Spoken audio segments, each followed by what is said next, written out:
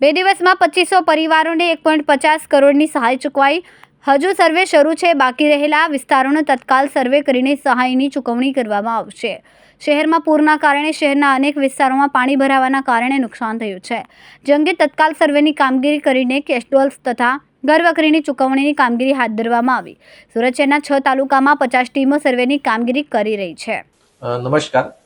સુરતમાં જે 6 તારીખ અને 7 તારીખ જે ભારે વરસાદ વરસ્યો અને પછી જે પરિસ્થિતિ ઉદ્ભવી, જેમાં ઘણા બધા વિસ્તાર પાણીમાં ગરકાવ થઈ ગયા હતા. ખાસ કરીને જે રેસિડેન્શિયલ એરિયા એટલે કે રહેણાંકના મકાનો કે જ્યાં પાણી ભરાઈ ગયા હતા, ત્યાં ગઈકાલથી કેશ ડોલનું વિતરણ શરૂ કરવામાં આવ્યું છે. અને કેશ ડોલની સાથે સાથે જ્યાં આ રીતે પાણી ભરાઈ ગયા હતા અને ઘરવખરીનું નુકસાન થયું છે, ત્યાં ઘરવખરીની પણ સહાય આપણે શરૂ કરી દીધી છે.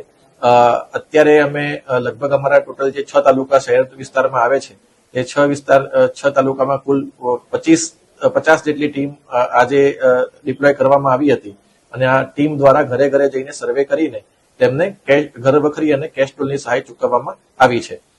અત્યાર સુધીનો આંકડો જોઈએ તો લગભગ અત્યાર સુધીમાં 2500 જેટલા ફેમિલીને 1.5 કરોડથી પણ વધારેની સહાય કેશની અંદર અત્યારે ચૂકવી દેવામાં આવી છે. હજુ પણ ફિલ્ડમાં ટીમ કાર્યરત છે.